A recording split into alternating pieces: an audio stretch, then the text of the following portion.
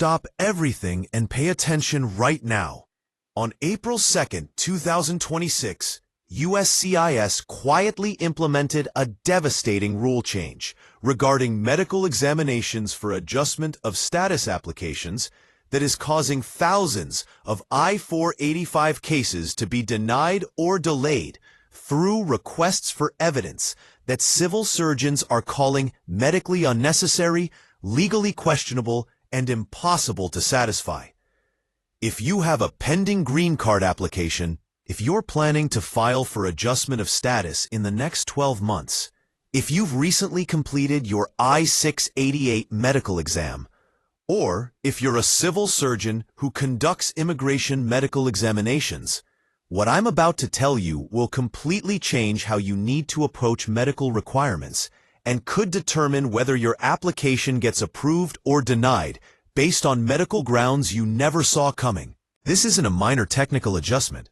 This is a fundamental change to what medical conditions USCIS considers grounds for inadmissibility and what documentation civil surgeons must provide.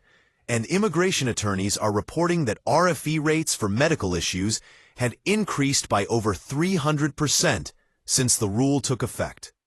Stay with me for the next 30 minutes, because I'm going to break down exactly what changed, why civil surgeons and medical professionals are shocked and alarmed, who's most at risk under these new medical standards, what happens if you receive a medical RFE, and the 3 critical steps you must take immediately to protect your adjustment application from being derailed by medical issues. Let me start with what the I-688 medical examination is, and why it matters so much in the adjustment of status process. Because understanding the baseline helps you grasp how significant these changes are. Every person applying for a green card through adjustment of status in the United States must undergo a medical examination performed by a USCIS designated civil surgeon. This exam is required by the Immigration and Nationality Act as part of determining whether an applicant is medically admissible to the United States. The exam includes a physical examination, review of vaccination records, to ensure all required vaccines have been administered, chest X-ray to screen for tuberculosis, blood tests for syphilis and sometimes other communicable diseases, and a mental health screening. The civil surgeon completes Form I-688, Report of Medical Examination and Vaccination Record, documenting the results of the exam. This form is sealed in an envelope and given to the applicant, who submits it sealed along with their I-485 adjustment application. USCIS opens and reviews the I-688 as part of adjudicating the application. If the civil surgeon identifies any Class A conditions, communicable diseases of public health significance, failure to show proof of required vaccinations, physical or mental disorders associated with harmful behavior, or drug abuse or addiction, those can be grounds for finding the applicant medically inadmissible and denying the green card application unless a waiver is obtained. For decades, the I-688 process has been relatively straightforward and predictable. Civil surgeons follow technical instructions published by USCIS and the Centers for Disease Control. They conduct standardized exams, they document their findings, and as long as applicants don't have serious communicable diseases or other clearly defined medical issues, the I-688 is approved and the application proceeds. Most applicants pass the medical exam without problems. The exam has been viewed as a necessary but usually not problematic step in the adjustment process. That all changed with the April 2nd rule change. On that date, USCIS published updated technical instructions for civil surgeons that dramatically expand what must be examined, what must be documented, and what conditions can trigger medical inadmissibility findings. The new instructions, which run over 200 pages compared to the previous 50-page version, include provisions that civil surgeons and immigration attorneys are calling vague, subjective, medically unsound, and seemingly designed to create reasons to deny applications rather than to protect public health. Here are the key changes that are causing chaos. First, The new instructions require civil surgeons to conduct and document much more extensive mental health screening than was previously required. Under the old standards, civil surgeons asked basic questions about mental health history. Have you ever been diagnosed with a mental disorder? Have you ever been hospitalized for psychiatric reasons? Are you currently taking psychiatric medications? If the answers were no, the screening was complete. If the answer was yes, the civil surgeon would review the history and determine whether the condition was associated with harmful behavior, as defined in the regulations. Under the new instructions, civil surgeons are required to administer a standardized mental health questionnaire to every applicant that includes over 50 questions about mood, anxiety, substance use, relationship problems, sleep patterns, eating habits, and various other psychological factors. The questionnaire is scored, and certain score thresholds trigger mandatory referral to a psychiatrist or psychologist for more comprehensive evaluation. Even if an applicant has never been diagnosed with any mental health condition and has no psychiatric history, if their questionnaire score exceeds the threshold, which immigration attorneys report is happening to a significant percentage of applicants, potentially 20 to 30%, they must undergo additional psychiatric evaluation before the I-688 can be completed. These psychiatric evaluations are expensive, typically costing $500 to $2,000, and they're not covered by insurance because they're for immigration purposes rather than treatment. More problematically, the evaluations often identify conditions that under the new USCIS standards could be considered Class A mental disorders, even though they're common, manageable, and not remotely associated with harmful behavior. Things like mild anxiety, depression that's controlled with medication, ADHD, autism spectrum conditions, conditions that millions of Americans live with successfully and that pose no public health risk, are being flagged under the new standards as potential grounds for medical inadmissibility. Second, the new instructions dramatically expand the tuberculosis screening requirements. Previously, all applicants received a chest X-ray to screen for active tuberculosis. If the X-ray was clear, that was sufficient.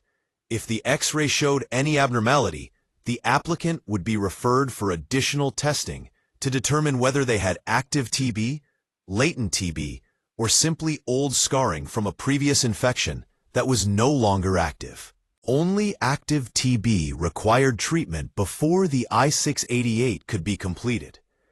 Under the new instructions, any finding on the chest X-ray, even minor abnormalities that have nothing to do with tuberculosis, like small nodules or scarring from old pneumonia, now triggers mandatory referral to a pulmonologist for additional workup, including CT scans, pulmonary function tests, and sometimes even bronchoscopy. These tests are invasive, expensive, and often medically unnecessary according to pulmonologists who are receiving these referrals. And the new instructions give civil surgeons unclear guidance about what findings require treatment versus observation, leading to situations where applicants are being told they need extensive treatment for conditions that pose no public health risk and that wouldn't normally be treated outside the immigration context. Third, the new instructions include a provision requiring civil surgeons to report any medical condition that may require extensive medical treatment or long-term care that could impose significant public charge concerns. This is a dramatic expansion of the civil surgeon's role. Previously, civil surgeons evaluated medical admissibility, whether an applicant had conditions that made them inadmissible under the health-related grounds in the Immigration and Nationality Act. They did not evaluate whether an applicant might need expensive medical care in the future. That was a separate analysis done by USCIS based on the applicant's financial situation and the public charge factors. Under the new instructions, civil surgeons are being asked to predict future medical costs and to flag any condition that might lead to expensive care. Diabetes, even if well controlled, must be reported as potentially requiring extensive treatment. Hypertension, even if managed with inexpensive generic medications, must be reported. Any chronic condition, asthma, arthritis, kidney disease, heart disease, must be documented with detailed information about current treatment and likely future medical needs. Civil surgeons are essentially being required to make public charge determinations, which is outside their expertise and outside the traditional scope of the medical exam. We just covered how civil surgeons are now being forced to make public charge predictions that are outside their medical expertise, and now we need to talk about what's actually happening to applications since April 2nd, what kinds of medical RFEs people are receiving, and why the medical community is pushing back hard against these changes. Let me walk you through what's happening to I-485 applications that were filed with medical exams conducted under the new standards.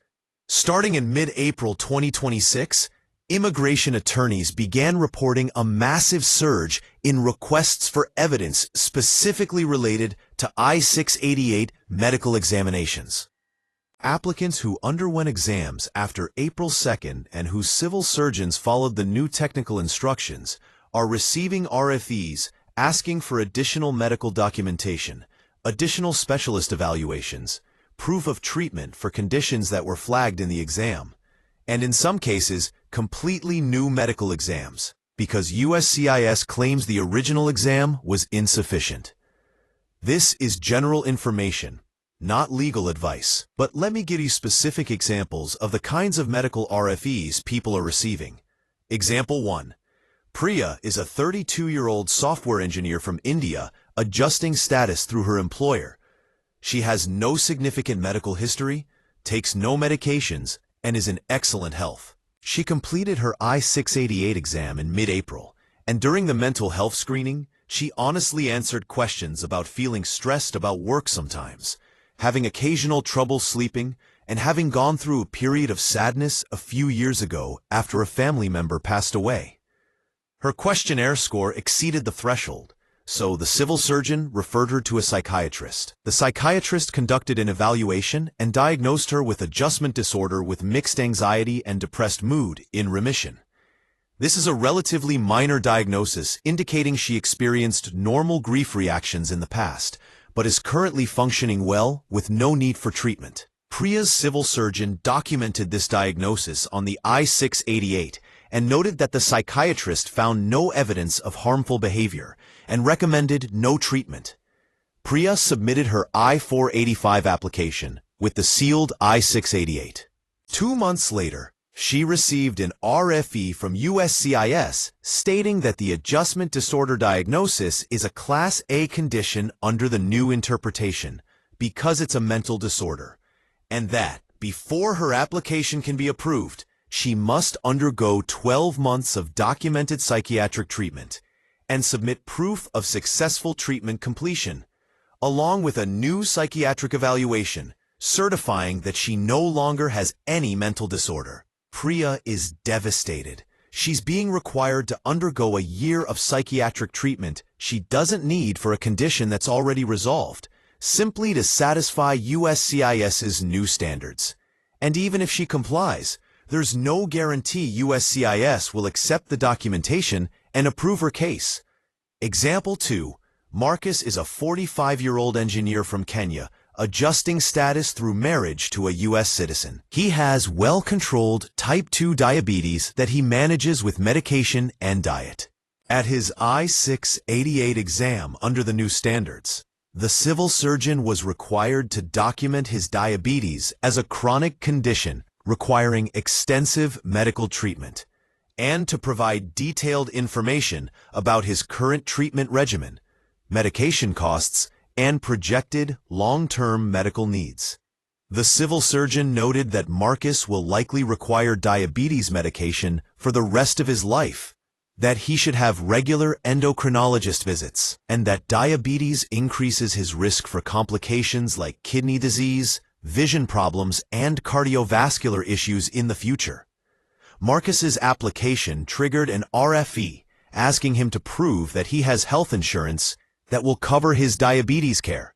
to provide a detailed treatment plan from his endocrinologist, to submit an affidavit from his U.S. citizen spouse committing to pay for all his medical expenses, and to demonstrate that his diabetes is currently under control and stable. The RFE essentially treats his manageable chronic condition as a near disqualifying factor, requiring extensive additional evidence to overcome.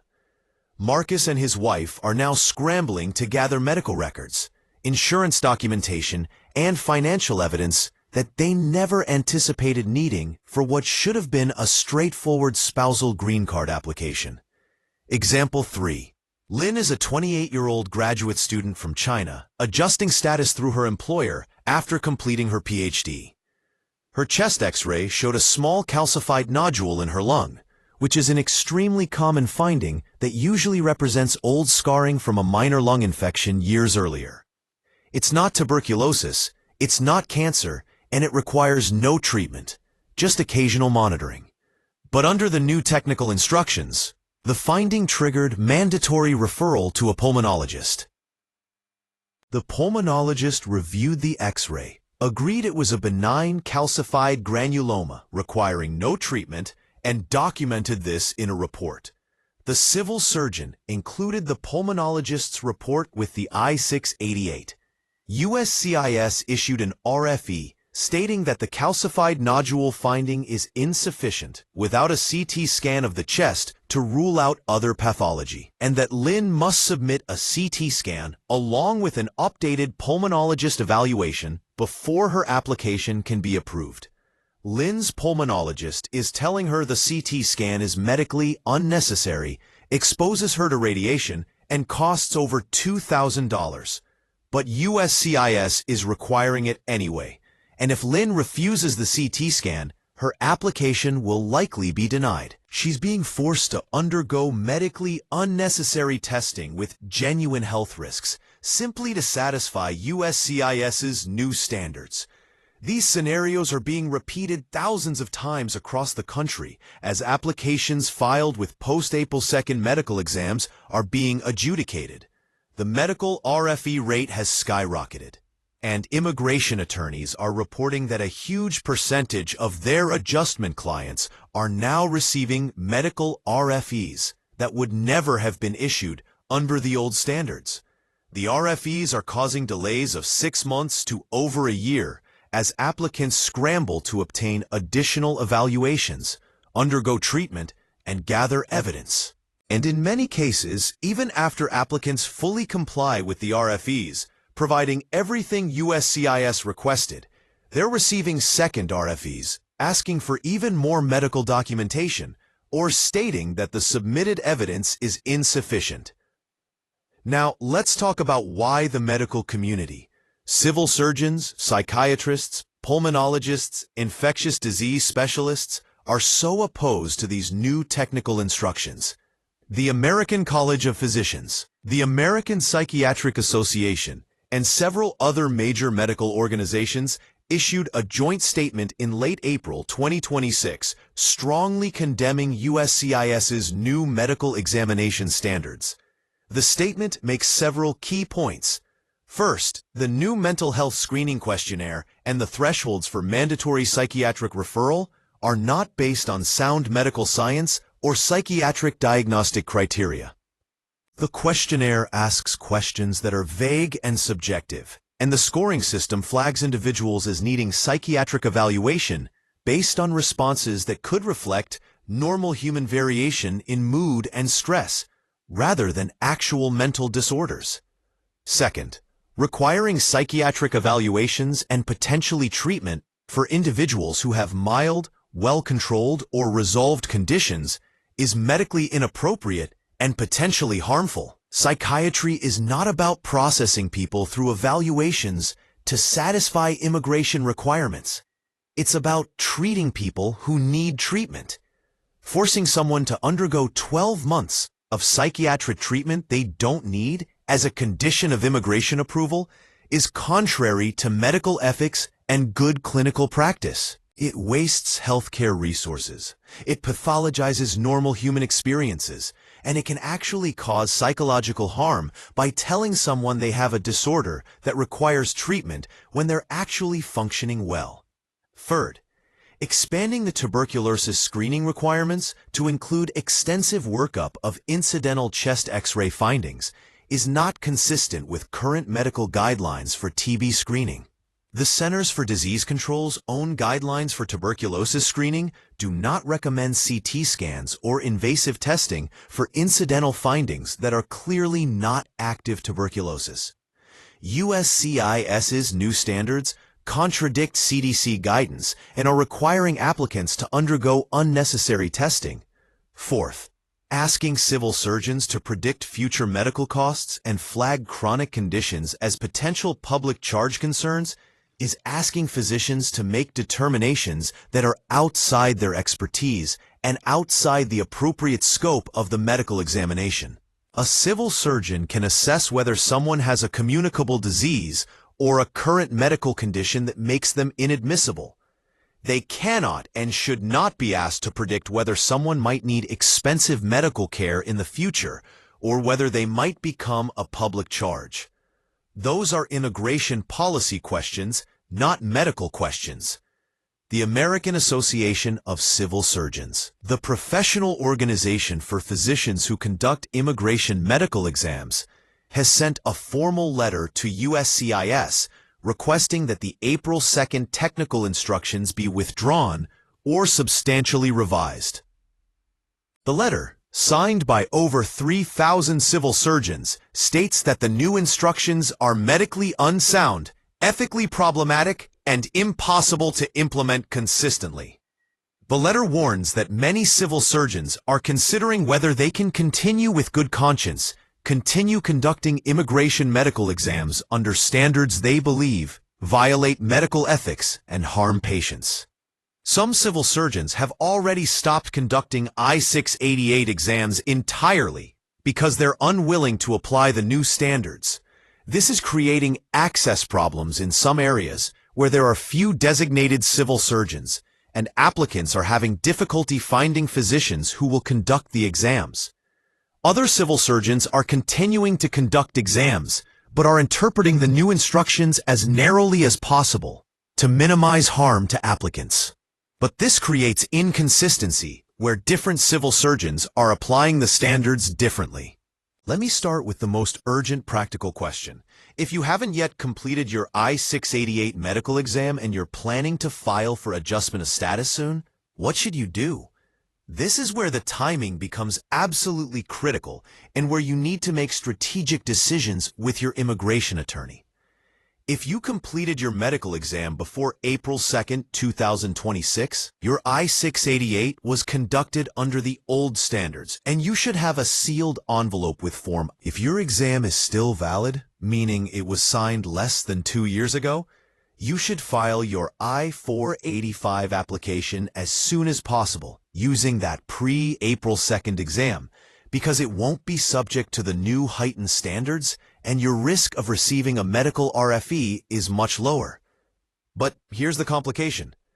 If your I-688 was completed more than 2 years ago, it's expired and you need a new exam. And any new exam conducted now will be under the April 2nd standards with all the problems we've discussed. This puts you in a difficult position where you're choosing between filing with an expired medical exam, which will definitely result in an RFE requiring you to submit a new exam under the new standards, or waiting to see if the new standards get revised or struck down, which could take months or years with no guarantee of success. Most immigration attorneys are advising clients in this situation to proceed with getting a new medical exam under the current standards, as problematic as they are, because delaying your I-485 filing indefinitely, waiting for policy changes, creates its own risks. Your priority date could retrogress. Your current status could expire. Your personal circumstances could change. All reasons why delaying is often worse than proceeding. But when you get your new exam, you need to work with a civil surgeon who understands the new standards and who will apply them as favorably as possible within the constraints of the technical instructions. This means finding a civil surgeon who is experienced with immigration exams, who stays current on USCIS policy changes, and who has a reputation for being thorough but reasonable. Ask your immigration attorney for referrals to civil surgeons they trust. Avoid civil surgeons who are overly cautious and flag every possible issue, because that increases your risk of medical RFEs. And when you go to your exam, be thoughtful about how you answer questions, particularly on the mental health screening questionnaire. You must answer truthfully. Lying on the medical exam can result in fraud findings that destroy your immigration case. But you also don't need to over-disclose or volunteer information about minor past issues that aren't relevant to your current health status. Now, let's talk about the 3 critical steps you must take if you receive a medical RFE on your adjustment application. Step 1.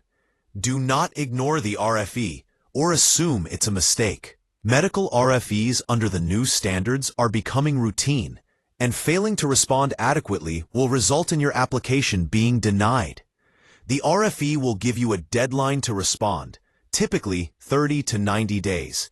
Use every day of that deadline to prepare the strongest possible response. Immediately consult with your immigration attorney and with appropriate medical specialists about what the RFE is requesting and how to provide responsive evidence.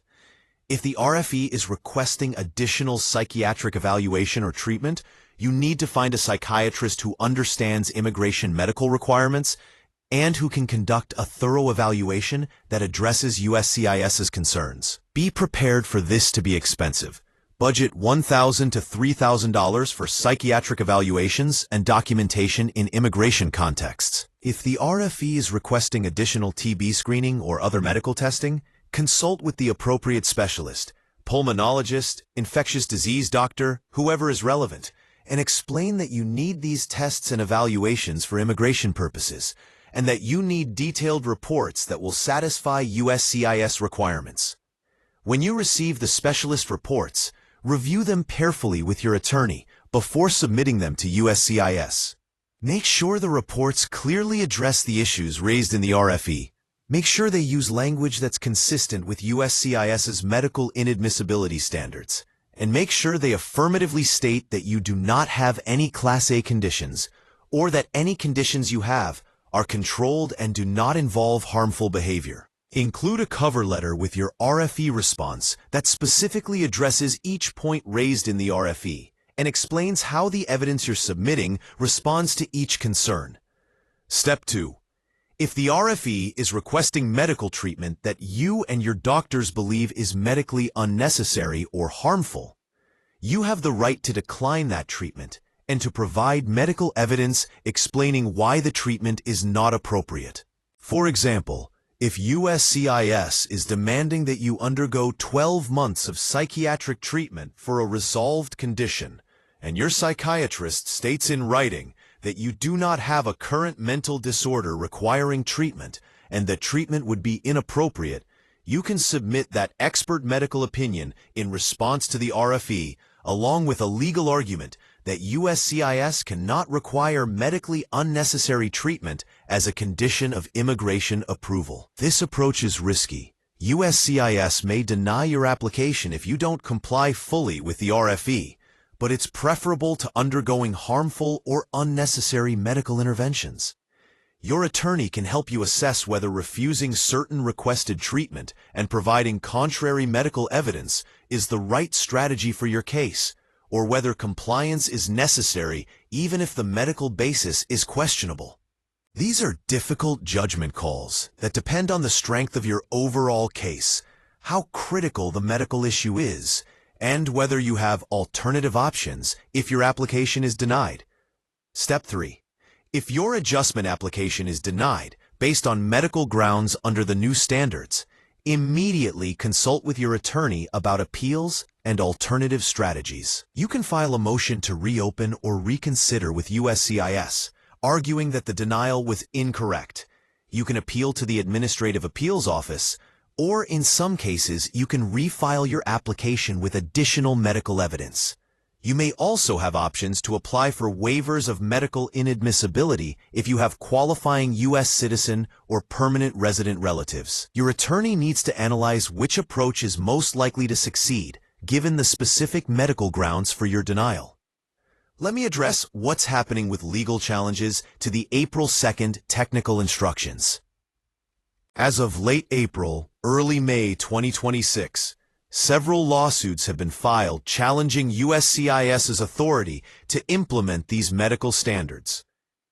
The American Association of Civil Surgeons filed suit in federal district court in Maryland, arguing that the new technical instructions exceed USCIS's statutory authority, contradict CDC medical guidelines, and violate the Administrative Procedure Act by implementing major policy changes without proper rulemaking.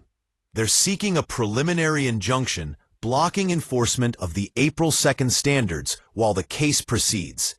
Separately, several immigrant rights organizations have filed suit, arguing that the new mental health screening requirements violate the Americans with Disabilities Act and discriminate against individuals with mental health conditions by subjecting them to heightened scrutiny and additional burdens that aren't medically justified. And individual applicants who received medical RFEs have filed lawsuits challenging the specific findings in their cases as arbitrary and capricious. These cases will take months to move through the courts, and even if preliminary injunctions are granted, USCIS will appeal and the litigation will continue for years. In the meantime, the April 2nd standards remain in effect, and applications are being adjudicated under them. You cannot wait for litigation outcomes to proceed with your case. You need to work within the current system, as flawed as it is. Here's the legal disclaimer. This is general information about USCIS medical examination requirements as of late April, early May 2026. This is not legal advice, and it's not a substitute for consulting with a qualified immigration attorney about your specific case. Medical inadmissibility determinations are complex, fact-specific, and require both legal and medical expertise.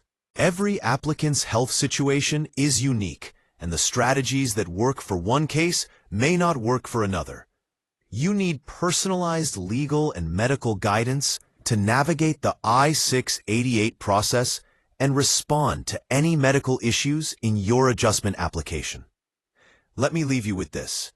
The April 2nd medical examination rule changes represent another mechanism of restriction being layered onto an already restrictive immigration system. By expanding what conditions can be flagged as medically problematic, by requiring expensive additional evaluations and testing, by forcing applicants to undergo medically unnecessary treatment, and by giving civil surgeons vague standards that create inconsistent application, USCIS is creating new barriers to adjustment of status that will result in more denials, more delays, and more people being unable to obtain green cards despite being legally eligible. This is part of a broader pattern where every aspect of the immigration process, petition filing, petition adjudication, medical exams, interviews, NVC processing, is being made more difficult, more expensive, and more likely to result in denial or indefinite delay. The goal is immigration restriction through administrative obstacles rather than through law, and it's working. People who should be approved are being denied. Families who should be united are being separated. Workers who should receive green cards are being stuck in temporary status or forced to leave. If you're navigating adjustment of status right now, you need to understand that the medical examination is no longer a routine procedural step. It's a potential minefield that requires careful preparation, strategic civil surgeon selection, thoughtful responses to medical screening questions, and immediate, aggressive response to any medical RFEs. Do not underestimate the importance of getting the medical component of your application right, because under the new standards, medical issues are becoming a primary reason for adjustment denials.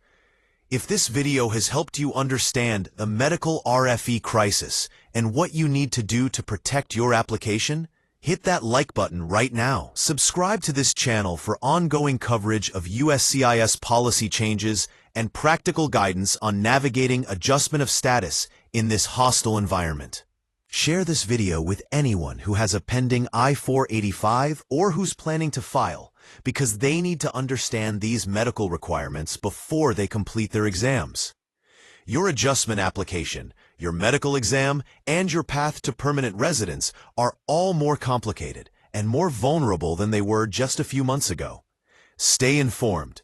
Work with experienced immigration attorneys and knowledgeable civil surgeons. Respond aggressively to any medical RFEs and be prepared to fight for your case when USCIS uses questionable medical grounds to delay or deny.